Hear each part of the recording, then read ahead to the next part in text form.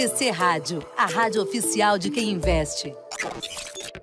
Agora para os pontos gráficos do Allfoot e Indifut para ancorar as expectativas do operador hoje. E aí, Brunão, bem-vindo. IPCA divulgado, 9 horas 10 minutos, do Allfoot subindo 0,28%, parece ter estacionado aí, alta entre 0,20 e 0,30, R$ 4,963. O Indifut caindo 0,38%, aos 108.880 pontos. E a curva de juros pedindo uma média de 8 pontos base a mais em toda a extensão. Você, Brunão? Fala, Léo. Ótima sexta-feira para você e para todos aí no estúdio. Ótima sexta-feira também para quem nos acompanha aqui no YouTube e também na TC Station. Vamos lá. Eu vou começar com o dólar, que nesse momento tenta romper aqui os 4,962,5. Deixa eu dar um zoom para vocês. Então, perdão, pessoal. Chegando aqui, rompendo essa faixa atual dos 4,962,5, eu só tenho 4,982 e 4,985. Primeira parada. Depois só na última 4,995.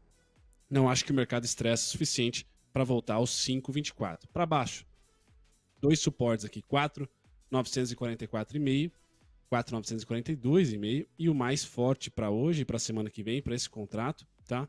4,927,5 aqui, ponto de suporte para o dolinha. Continua, como o Gui falou, fraco, apesar aí do IPCA um pouquinho mais forte, isso não interfere no nosso dólar, e o DXY, esse sim, um pouco mais animado para o dia de hoje. Já o índice Bovespa, pessoal, é proibido montar posição no índice Bovespa se você acompanha a gente, tá? É totalmente viável você subir os seus stops, porque o índice Bovespa, quantitativamente falando, está em uma região aqui que não é legal, tá? Então os traders que nos acompanham, o índice Bovespa não encontra aqui uma região de suporte, e o fôlego é muito mais agora para realização, do que, de repente, de você acreditar em mais altas. Então, o meu argumento para o índice Bovespa, mesmo que ele siga aí o exemplo do Gui, o exemplo do Corleta, ele termine a sexta-feira, ok, tomem cuidado, no curtíssimo prazo, pessoal, o índice Bovespa pede ali uma certa retração. É um momento único aqui nos últimos 12 meses, 3 vezes somente estivemos sobrecomprado do jeito que estamos hoje, tá? Então, só tome cuidado com o índice Bovespa na abertura de posição. Quem está surfando aí já comprado, né? Comprado lá em abril, março, quando ele esteve aqui no verdinho, show de bola. Agora, duas médias aqui já estão no vermelhinho, um sinal de alerta para você no fôlego do Ibovespa. Em termos técnicos, tá? O que eu acho que hoje deve performar? Caso o Corleta e o Gui estejam certos, pessoal, acho que o 109.755 é o máximo que o índice Ibovespa pode chegar hoje. Primeira resistência 109.440, 109.675, mas tomem cuidado aqui, porque a talagada de venda que pode vir a partir daqui é bem grande e eu não tenho suporte mais nessa linha cinza, tá? Porque já foi, entre aspas, mitigada. O suporte do índice Bovespa só está agora forte no 106.435. Então a pancada para os vendidos, para os comprados pode ser forte. Para os vendidos, quem está fazendo posição de venda, eu não vejo o índice Bovespa com muito fôlego no dia de hoje e nos próximos pregões para invadir com facilidade ali os 109.700. Bruno Mazzoni, ao vivo com a gente, já mergulhando nos gráficos da Terra do Tio Sam e também nos gráficos das commodities. Deixa eu puxar um outro debate aqui. Coleta, volta para cá, seguimos na cobertura especial do IPCA. Um IPCA acima do consenso e menor em relação ao mês de março. Um IPCA que vai se traduzindo em estresse na ponta curta da curva, já estamos te vendo aí, Coleta. A moeda americana está subindo 0,40%, teve chinelada do Caio, porque foi para a máxima intradiária há pouco. A gente chegou a rever aqui o glorioso do Allfoot em R$ 4,971. Está atualizada a informação. E o Ibovespa Futuro caindo 0,43%, no limite para renovar mínima, 108.630 pontos. Coleta, é o seguinte, primeira camada, destrincha o IPCA com aquilo que mais chamou a atenção no seu olhar. Segunda camada, eu vou pegar carona no comentário do perfil SLN, que pode traduzir o pensamento de muita gente. Ele diz, ô Léo, qual o racional do modelo do Banco Central? Para mim, a conta não está fechando. A realidade parece se distanciar cada dia mais da argumentação, da retórica de Roberto Campos Neto. Aí ele vai lá e olha. A realidade me parece ser commodity caindo, diesel e gasolina para baixo, energia nos reservatórios bem abastecida. Não dá para entender. Uma inflação real em 12 meses de 4,18%.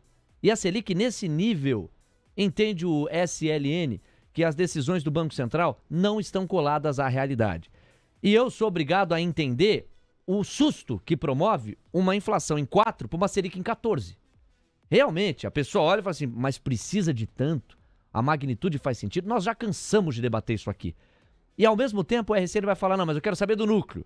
E eu quero saber também da sustentação fiscal, porque se eu perco completamente a ancoragem das expectativas, eu acabo com a credibilidade da moeda e aí a inflação inercial consome tudo em uma questão de estalar de dedo. Então eu também quero que na segunda camada, Coleta, você mergulhe por esse ângulo, sob a luz do que o IPCA cheio de abril revela. Tá ficando difícil sustentar a retórica lá do Banco Central? Bom, vamos lá, Léo. Saúde, tá? Saúde foi quem puxou o IPCA nesse mês de abril, subiu 1,49% e contribuiu com 19 pontos base aí, desses 61, um terço é saúde, núcleo na veia, né? Serviços, saúde aí, talvez tenha a ver com piso de enfermagem, talvez tenha a ver com um reajuste aí de preços acontecendo no setor de saúde privada. Vamos ver, vamos tentar entender um pouquinho melhor isso aí com economistas hoje. Saúde e alimentos, tá? Alimentos somou 15 dos 61 pontos base aí de alta do IPCA. Então, saúde e alimentos foi quem puxou, habitação abaixo, artigos de residência abaixo, vestuário puxou também, 0,80 de inflação de vestuário, transportes ficou em 0,56, bem perto do índice, então não puxa, mas puxa aí 12 pontos desses 61 para transportes, então também outro setor aí de núcleo, né? Despesas pessoais quase zero, educação quase zero e telecomunicações quase zero. Então, mais importantes aí foram alimentação, transportes e saúde, puxando o índice realmente de inflação de núcleo, né? Inflação de serviços, a parte, claro, dessa alimentação aí que fica um pouco de fora da análise do Banco Central. E quando a gente analisa o que o Banco Central olha, realmente assim, você tem ali uma discussão sobre a expectativa, né? Como é que o Banco Central vai cortar se o mercado está todo mundo esperando que a inflação seja mais alta do que a meta dele, né? Então, assim, à luz da meta, a cagada foi discutir a meta, né? O governo tem uma boa dose de culpa nessa não queda da Selic ainda, por ter trazido essa discussão sobre meta de inflação lá atrás. Agora, eu concordo com o ouvinte, eu acho que está na hora, já passou da hora de cortar essa Selic.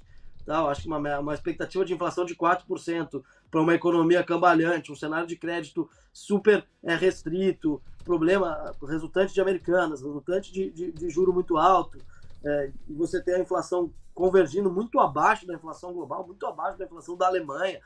Eu acho que está na hora, sim, de o Brasil começar um ciclo cauteloso de cortes de juros já. Tá? Agora, eu acho que o Banco Central vai para manter-se coerente, para manter sua credibilidade, vai fazer isso apenas aí quando tiver uma ancoragem de expectativas ao redor da sua meta. Perfeito. Se a meta mudar, isso pode acelerar. 9h18 e a chinela cantou. Por que cantou? Porque o Ibovespa Futuro começou a se recuperar. Bateu máxima intradiária atrás de máxima, agora cai 0,30. Olha, a mínima intradiária do Indifut foi 108.630. Agora, a máxima foi 109.315, até porque fechou ontem em 109.300, né? Agora parece voltar para os 109.000, tá em 108.960 pontos. Moeda americana subindo 0,40%, R$ 4,970. A máxima intradiária foi R$ 4,972. E a curva de juros pedindo uma média menor agora. Nos prêmios, uma média de 6 pontos base e meio em toda a extensão da curva. Já foi 8 pontos base e meio ou 9. Guilherme Cunha, vamos lá. Eu tenho gente no painel Mover Pro e na sequência eu te coloco para jogo em relação a alguns papéis e o Bruno Mazzoni já pode excepcionalmente compartilhar os gráficos que estão na curiosidade do público para abertura. B3, sobre a qual você fala, já vai apregoando aí, que já eu vou com você, ó. B3, Light, sob a luz do pedido de recuperação judicial de um lado e de outro lado, todo o viés de alta acumulado no horizonte dos últimos 3 meses, do último mês e desta semana. E para além de B3 e Light, uma expectativa para Local Web. Vamos lá, porque a temporada de balanços é prioridade para o aquecimento do mercado à vista. Vou com você na sequência. Agora uma bateria de 3 urgentes do painel Mover Pro que vão jogar luz analiticamente sobre o IPCA com base no trabalho do TC Matrix. Eu quero lembrar que hoje às 15 para as 10. Nós vamos aprofundar esse IPCA, a cobertura especial vai até lá, com a Mariana Costa, economista-chefe do TC, Fabrício Silvestre, braço direito dela, também aqui, já está acostumado a participar conosco às sextas, e vocês já estão acostumados com a participação deles. E a gente vai colocá-los para tabelar, para entender analítica e criticamente o que foi esse IPCA. Algumas linhas de reflexão que merecem urgente no painel Mover Pro são essas daqui. TC Matrix, índice de difusão, alastramento, espalhamento da inflação na cesta de produtos e serviços. O índice de difusão do IPCA de abril sobe, isso aqui é uma notícia ruim pra caramba, para 66,05%. O que isso quer dizer? Que em cada 100 produtos e serviços da cesta, registra-se inflação, aumento nos preços, em 66. Em cada 100 produtos / serviços, 66 aumentaram o preço. Qual que era o dado anterior? 59,95%. Ou seja, a pressão inflacionária deu uma espalhada. O segundo destaque urgente é esse aqui. Índice de serviços acelera para 0,52% de alta em abril. Em março, o avanço havia sido de 0,25%. É bem ruim esse urgente também. Urgente muito ruim, até porque é no serviço que Roberto Campos Neto tem argumentado que o fenômeno inflacionário brasileiro é de demanda, não é de oferta, e a gente nota de novo um aumento nos preços básicos de serviços. Mais uma evidência para o RCN se escorar junto aos seus, os membros e os diretores do Banco Central. O terceiro ponto é esse aqui. De acordo com o TC Matrix, a média dos núcleos do IPCA de abril ficou com 0,56% de aceleração. A fotografia anterior era de aceleração de 0,38%. Ou seja, houve uma deterioração, sim. Agora, a diferença entre remédio e veneno é dose. Justifica uma Selic em quase 14%? Me parece que esse é o debate. E o raciocínio do Corleta me parece contemplar as duas frentes. Ao mesmo tempo em que reconhece uma deterioração no que diz respeito a núcleo, uma desancoragem de expectativas que deve sim impor cautela ao Banco Central, também reconhece que uma Selic em 13,75% é estranha demais. É difícil demais quando você vê o cenário de crédito, quando você vê a dificuldade para você expandir modelos de negócio, a crise que você tem em relação às debêntures, que são os títulos privados de dívida, entre outros pontos. Tudo isso aqui no Expresso da Manhã para você se ligar. Alô, Guilherme Cunha, à vontade caso tenha um complemento em relação ao mercado de futuros, curva de juros, moeda americana e Bovespa futuro. E aí nós vamos naquela ordem: B3, Light e Local Web. Todo mundo querendo te ouvir, alô, Gui. Vou negando as aparências, disfarçando as evidências. Ah, Leozinho, hoje vai ser um dia idêntico à data de ontem. Deixa o dólar subir, chegar na nossa região, porque dali em diante é só para baixo. Agora o índice, ele permanece aí numa insistência em querer carregar um movimento mais altista. Tudo a sugestão pós-IPCA era que nós já estivéssemos, inclusive, querendo ficar abaixo desses 108 mil pontos. Mas espera lá, que mais próximo do à vista é onde acontece toda a magia. Quando a gente fala de B3, SA3, Léo, eu já fiz toda a parte de visualização do balanço e gosto do que eu vi. O principal insight que nós podemos trazer a respeito de B3 é que reduziu 20% as movimentações dentro do trimestre, ou seja, tem bem menos meninada do compra e venda fazendo as oscilações aí, seja de formato especulativo ou investindo. Porém, com 20% a menos de volume negociado na nossa Bolsa Brasileira, nós tivemos apenas uma queda de quase 2% só de lucratividade. Opa, B3 não tem por que fazer uma correção do movimento que foi otimista nesses últimos dias. Talvez hoje no curto prazo, e referente às médias e etc., mas o que sugere é que B3 vá romper os R$13 e vai buscar patamares mais próximos dos 16. Então é caminho longo aí de positividade para B3 para o trimestre. Agora, Light, Léo, eu vou ser bem honesto para você. Por que subiu? Esse é o X da questão. Pode falar que foi análise técnica, que vai buscar R$100 agora, depois com o volume, que formou um engolfo de alta, inclusive com o bebê abandonado na ilha, assim, sem o mastro, com a bandeira lá, fazendo pelo amor de Deus.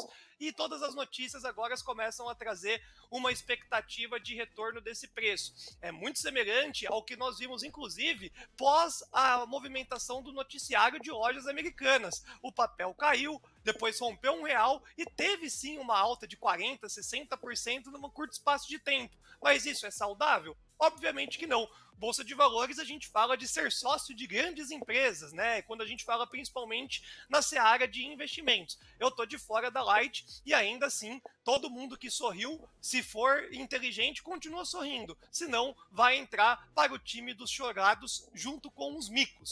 E Local Web, Léo, Local Web a gente respondeu recentemente os nossos queridos ouvintes nas nossas mídias sociais. Local Web é pra cima! Talvez não no curto espaço de tempo, mas o contexto de Local Web pós uma primeira queda de taxa de juros é que aquele movimento lá do piscou dobrou, do 5 para o 10 não é dificuldade alguma para a companhia Local Web, já supera preço de IPO, começa a desenhar um volume, tem uma quedinha prevista natural de correção técnica, mas a depender desse contexto de política monetária, esse ano rapidamente a gente vê esse papel em R$10.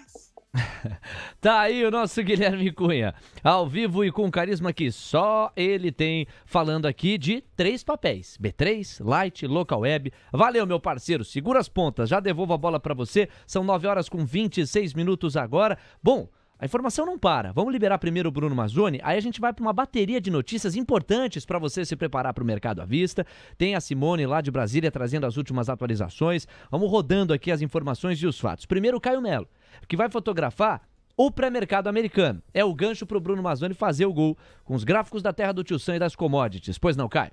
Vamos lá, Léo, tudo no verde no pré-mercado americano, Dow Jones Futuro avançando 0,33%, 33.484 pontos. S&P 500 Futuro avançando 0,30%, agora 4.156 pontos. O Nasdaq Futuro avançando 0,12%, 13.463 pontos. A gente segue o nosso panorama aqui, nosso passeio pelos Estados Unidos com o DXY, DXY, que está avançando 0,19% a 102,261. Aqui o índice VIX recuando 1,53%, 16,68 pontos. E o de 10 anos avançando 2 pontos base, quase 3 pontos base, 2 pontos base e meio, 3,41% no pedido de prêmio aqui e no retorno ao investidor. Boa, Caio, 9h27. Então faz o gol, meu caro Bruno Mazzoni. Gráficos da terra do Tio Sam e as commodities na sequência. Vamos lá, Léo. Vou começar aqui com o DXY, então. Começo com ele, que está animado. Por isso que eu acho que o Ibovespa não vai ter muito fôlego hoje, pessoal. E tão pouco na semana que vem. É natural os emergentes sofrerem algum tipo de retração, né? Me parece aqui que o DXY vai ter uma semana que vem de alta, né? Tá com uma carinha aqui que vai enfrentar uma semaninha de alta até pelo menos o 103,948. Então, DXY hoje não sinaliza alocação para o Brasil, não sinaliza alocação para emergente, tá? A curva, o yield de 10 anos, não está muito ali saindo do suporte, não tem um sinal claro ali, é mais o dólar realmente que tem mostrado um pouquinho mais de força. Curva de juros ainda tradando ali mais recessão do que inflação, né? Ainda um período mais de deflação no caso aqui, uma expectativa, melhor dizendo. E o S&P, quando eu chego no S&P aqui, pessoal, não saiu da moita, né? Então ele continua para mim aqui, famoso rompedor falso. Se romper ali os 4.200, hora de vender 4.223, 4.237, assim como se romper ali os 4.049, nesse contexto atual, nesse meio de sell in May, go away aqui, é interessante olhar para compras. Não há ainda uma tendência cravada. Quem vai dar a tendência, muito provavelmente, vai ser ali DXY e ouro, talvez, também nos encara ali como principal ativo para sacramentar. Olha, vamos vender equities e vamos comprar bonds, por exemplo, americanos, porque os juros não vai subir.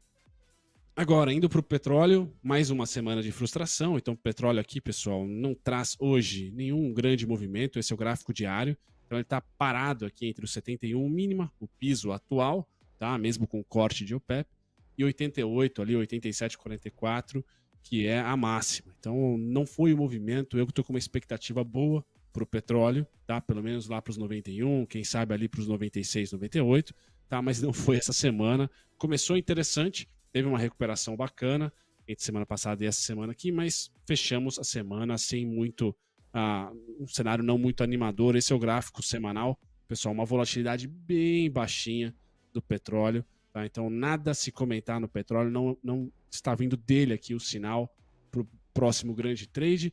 E o minério de ferro também já encontra em maio agora a sua consolidação. Então, minério de ferro nessa região pintadinha aqui, até os 88,15, não há venda, tá? Só deve ter estabilização da queda, com dados fracos chineses. De repente vem uma notícia boa da China, pessoal, rapidinho, esse cara vem para o 112,90, 113 e, quiçá, 117. Então, há uma necessidade aqui de dados positivos da China, mas a simetria é compradora, é positivo para compra no curtíssimo prazo do minério. É que nenhuma notícia o ajudou essa semana, por isso que está pousando aí nessa região, Léo. O meu caro Bruno Mazzoni, só em prol da urgência, nós tivemos como o grande craque da composição do Ibov essa semana, Edux, que não para de subir. Ontem avançou mais 8%, R$ 12,31. E Cogna, na esteira, tem ido a reboque essa semana. Edux foi na frente, reportou resultados espetaculares, conseguiu trazer lucro de volta. Cogna tem ido a reboque. Ontem avançou 2,61%, R$ 2,36. Faz um grande favor para todos nós, Brunão. Mete aí o gráfico de COGN3, de Cogna pra galera, e a gente vai encher tela com isso. Cogna. Sabe por quê? Nós tivemos os resultados de Cogna divulgados. E foi um senhor resultado. Cogna registrou lucro líquido de 54,4 milhões de reais no primeiro TRI de 23. No primeiro TRI de 22 teve prejuízo de 13 milhões. Então reverteu o prejuízo, conseguiu números interessantíssimos. O lucro líquido ajustado foi de 117,7 milhões, uma alta de 112,9% na base de comparação. O EBITDA recorrente cresceu 12,6%. Vamos pro gráfico e fala aí, qual que é a tua expectativa para a Cogna? Os resultados foram bons, hein, Brunão? Sim, Léo, sim. Eu que tenho uma certa afeição pela Cogna, que pela lei do incentivo ao esporte, em 2000 e bolinha, tem uma das graduações na Croton, né? Mas vamos lá. Cogna, pessoal, na minha opinião, assim como Edux, deve voltar para as mínimas da pandemia. No caso da Cogna, R$ 4,23, R$ 4,04, que é o seu IPO. E aqui eu só quero dizer o seguinte, né? O período do FIES, pessoal, é esse período aqui, ó, da Cogna, se vocês conseguirem enxergar no gráfico, é esse período aqui, ó, tá? Então, 2014 foi o fim do FIES, aí 2014, 15 foi o fim do FIES, e aí também o fim da alegria para o valuation dessas companhias educacionais, principalmente de ensino superior, tá? Do fim do FIES para cá, quanto que a Cogna cai? 60%. Ela caiu rotineiramente 60%, aí tem ali alguns trimestres de alta, e a gente chegou no último 59,59% aqui, tá? Nessa região, entre 2 e 18, aí eu tinha 1,72, 1,43, que a gente até comentou aqui, tá? Então, Cogna e Edux tem uma primeira parada atual, Cogna, no caso, 2,70, a Edux, não me lembro, agora acho que é 17 e pouquinho, tem uma primeira parada técnica, mas naturalmente, a Cogna, para mim, só é o alvo principal dela, que é a IPO, R$ 4,23, R$ 4,04, Léo. Então, faz um tempinho já que eu e o Gui também, né, estamos mais otimistas com esse setor, mais um trade macro político, de política econômica, que tende a favorecer todo o setor. Anima também é mais fragilizada, Edux a principal delas, e aí Cogna, a Cera eu não acompanho, mas Cogna e Cera ali entre segundo e terceiro colocado. Boa, Brunão! O Brunão que vai tomar, como o Michel Temer gosta, de uma pastilha. Tá com uma voz bem Rod Stewart. É aquele rouco artístico diferenciado. Bruno Mazzoni, ao vivo conosco. Um abração, meu parceiro. Até mais tarde.